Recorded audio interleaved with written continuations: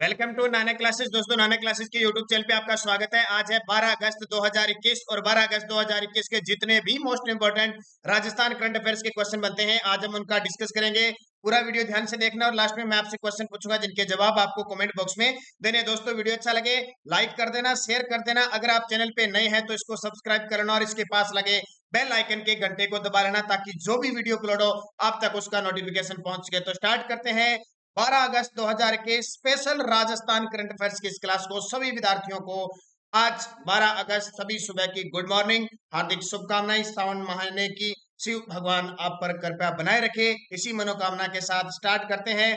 Like कर दो फटाफट और शेयर कर दो सेशन को। कम से कम 100 से ऊपर विद्यार्थी हमारे 7 बजे लाइव रहने चाहिए। ये सब आपकी स्पोर्ट्स ने से हो रहा है।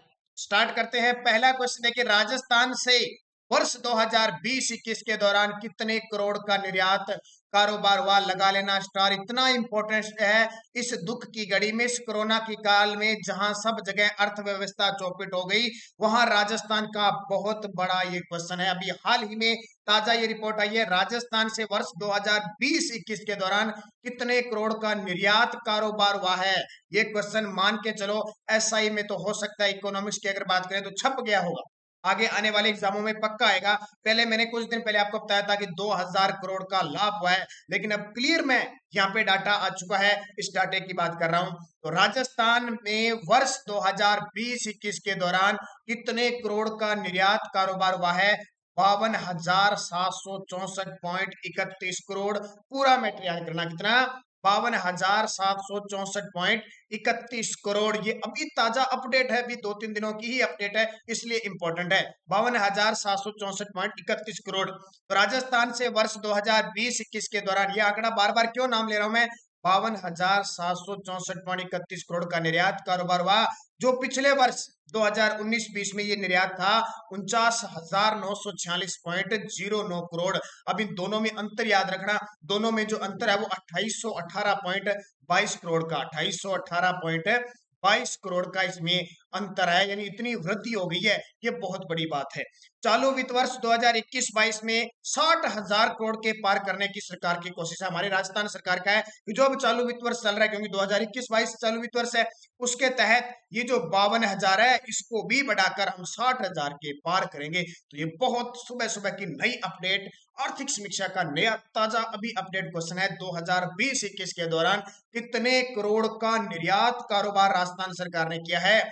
52,764.31। तो इसको तो स्टार ही लगा लेना, आने वाले पेपर में इसकी गणना किसी भी प्रकार से पूछी जा सकती है। अगला क्वेश्चन देखिए, दूसरा, विधानसभा की प्रक्रिया और कार्य संचालन संबंधी नियमों के अंतर्गत 2020-21 के लिए जन लेखा समिति का अध्यक्ष किसे बनाया गया है? लगा लो स्टार। अगले 1 साल के लिए, क्योंकि विधानसभा जो होती है उसके नियम पर्सन जितने भी सिस्टम होता है उन सब के लिए समिति बनती है, ठीक है, समिति बनती है हर 1 साल के लिए। जैसे पिछले साल मैंने आपको बताया था 2020-21 के लिए बनी थी, अब समिति बनी है 2021-22 के लिए। तो यहां से डेफिनेटली चाहे फर्स्ट ग्रेड है चाहे आपका आरएस का एग्जाम में, तो यहां से सम्मिलित करने वाली समिति पूछी जाती है। जैसे अब एसआई है, कॉलेज लेक्चरर है, कोई भी एग्जाम, राजस्थान पुलिस है, पटवारी, यहां से क्वेश्चन पूछा जा सकता है। तो तैयार रहिए इस क्वेश्चन के लिए कि विधानसभा की प्रक्रिया, यानी विधानसभा की प्रक्रिया 1 साल तक और कार्य संचालन के लिए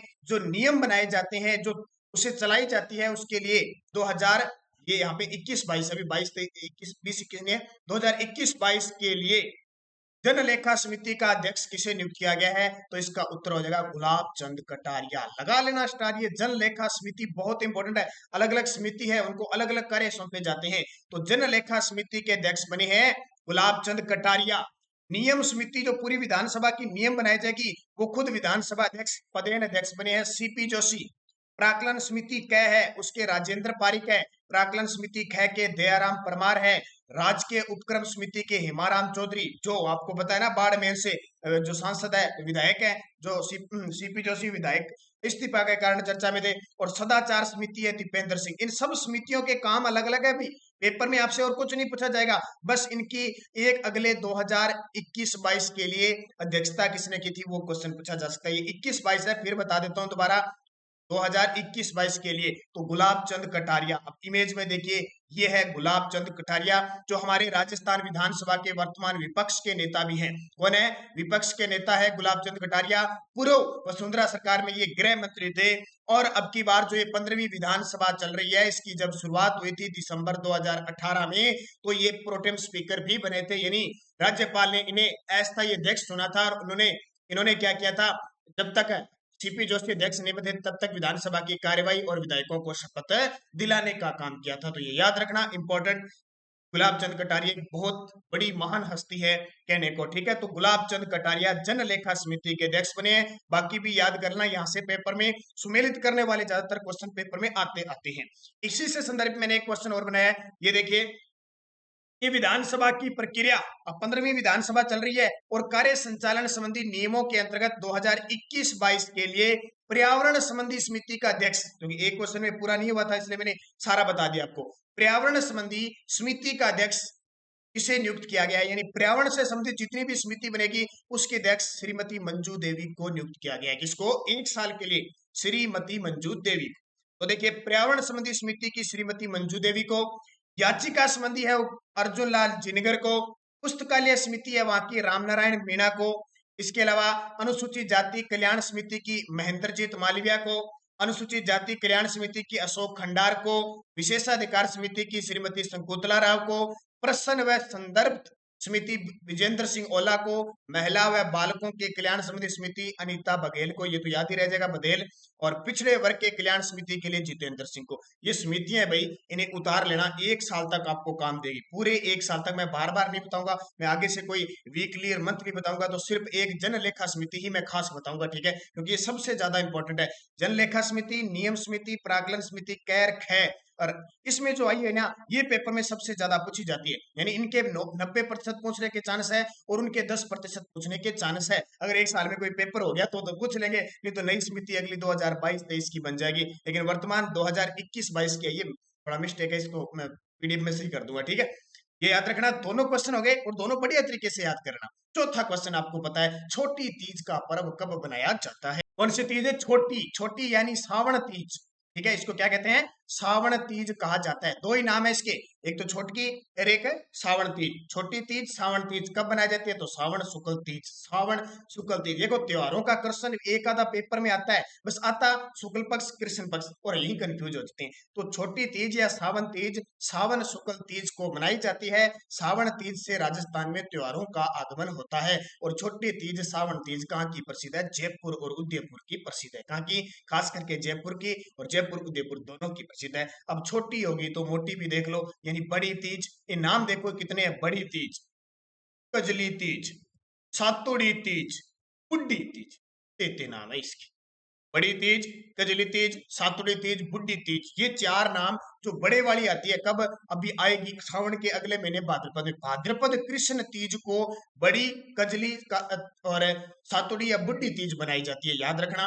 भाद्रपद कृष्ण तीज को बनाई जाती है वो, और छोटकी शुक्ल पक्ष में बनाई जाती है, सावन शुक्ल तीज को। यहां से हमारे राजस्थान में त्योहारों का आगमन हो जाता है। तो समझ में आ गया, जरूरी है। जैसे हम दिवस पढ़ते हैं ना, उसी प्रकार ये त्योहार पढ़ने जरूरी है, क्योंकि पेपर में एक डेफिनेटली क्वेश्चन आता ही आता है।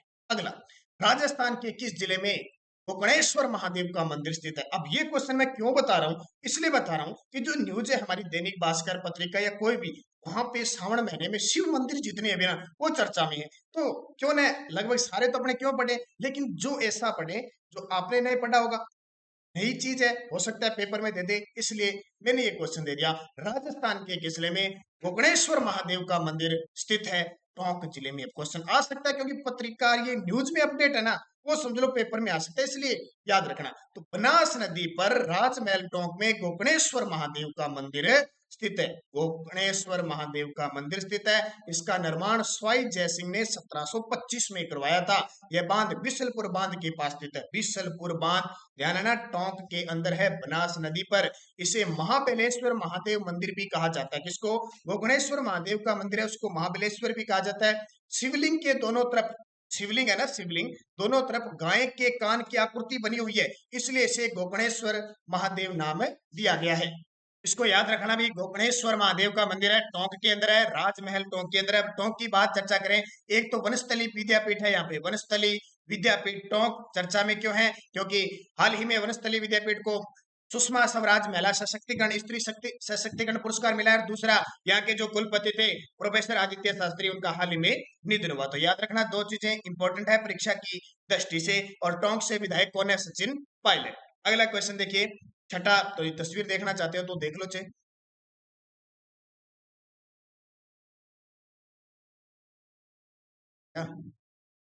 ये देखिए गोकर्णेश्वर महादेव का मंदिर है बिशलपुर बांध के पास। ये शिवलिंग बना हुआ है, इसके आसपास क्या है कि गाय के कान के कारण इसको गोकर्णेश्वर महादेव, बस इतना याद रखना, आप ज्यादा आपको पढ़ने की।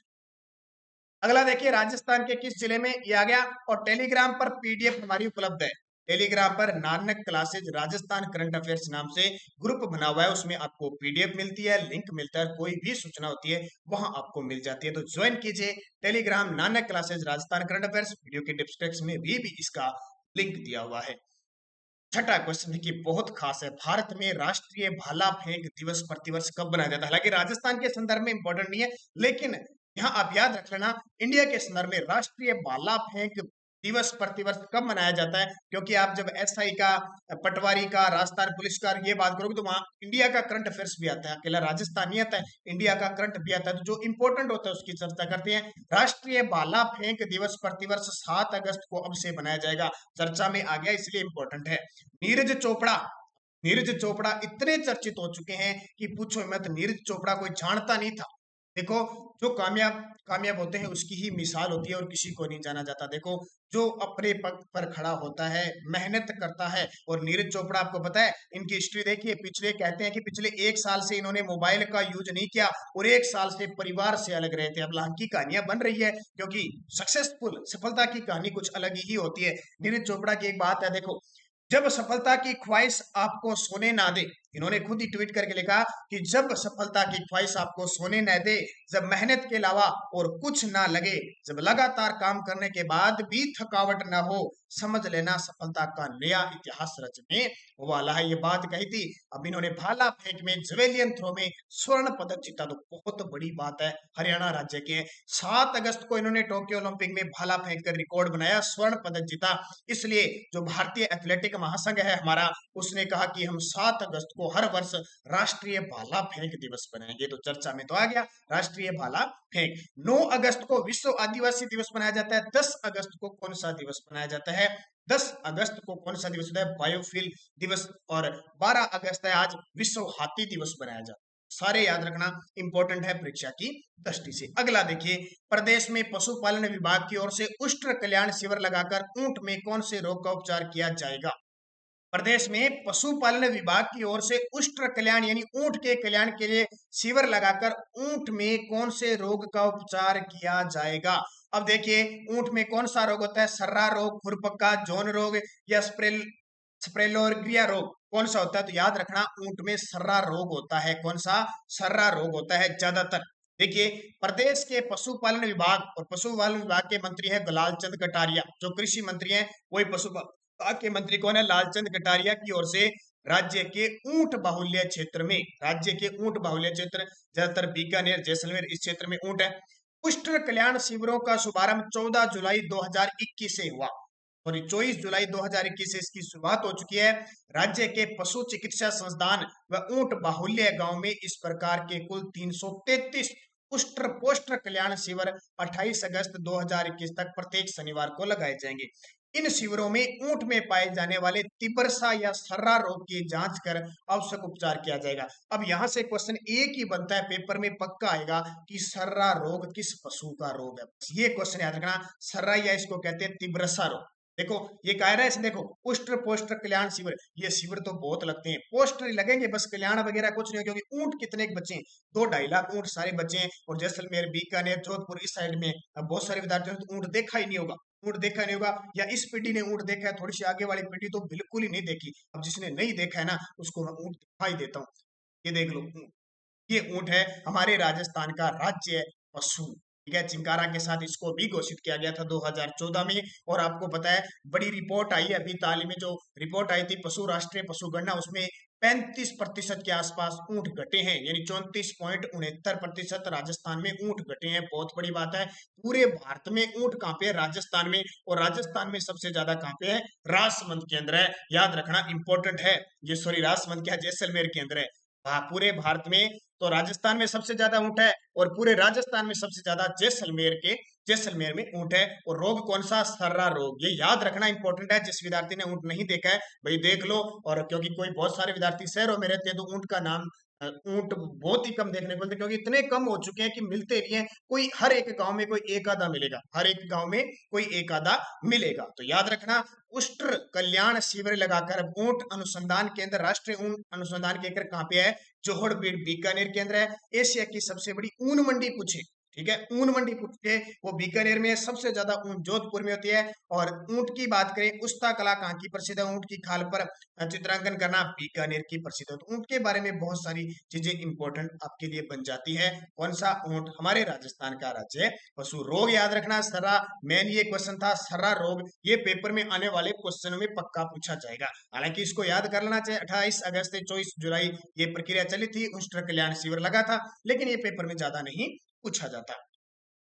अब पिछले वीडियो का क्वेश्चन था, टोक्यो ओलंपिक में भारत को कौन सा स्थान मिला? टोक्यो ओलंपिक में भारत को कौन सा स्थान मिला? सभी विद्यार्थियों का जवाब था 48वां स्थान मिला। कितने पदक आए? 7 पदक आए। और वो पूरा मैंने बता चुका हूं। मैं, बहुत सारे विद्यार्थी कमेंट में भी लिख चुके हैं। तो जो अच्छे कमेंट होते हैं उनको आप जरूर पढ़ा करो, ताकि आप जब पढ़ते हो तो उनको अच्छे तरीके से ढूंढ सकते हो। क्योंकि बहुत सारे विद्यार्थी बड़ी मेहनत से कमेंट लिखते हैं। तो उन सभी को हार्दिक शुभकामनाएं। बहुत अच्छा कर रहे हैं वो। दूसरे विद्यार्थी जो नए, उन्हें पता नहीं है, उनके लिए भी वो अच्छी बात है। अब क्वेश्चन फॉर यू, भारत का पहला सौर ऊर्जा रिसर्च प्रोजेक्ट राजस्थान में कहां स्थापित किया गया है? भारत का पहला सौर ऊर्जा रिसर्च प्रोजेक्ट राजस्थान में कहां स्थापित किया गया है? बड़ला, जोधपुर, अबू रोड, सिरोही, नोख, जैसलमेर या कोहिनी? जवाब दे देना बढ़िया तरीके से, शानदार तरीके से। यस्टरडे डोलती बाणगंगा मेला किस जिले में बढ़ता है? बाणगंगा मेला जयपुर में बढ़ता है, क्योंकि बाणगंगा नदी बेराट की पहाड़ी जयपुर से निकलती है, वहां ये मेला बढ़ता है। कजली तीज कब बनाई जाती है? ये मैंने आपको बता ही दिया, भाद्रपद कृष्ण तीज, यही बूढ़ी तीज, सातुड़ी तीज आगे आ जाएगी।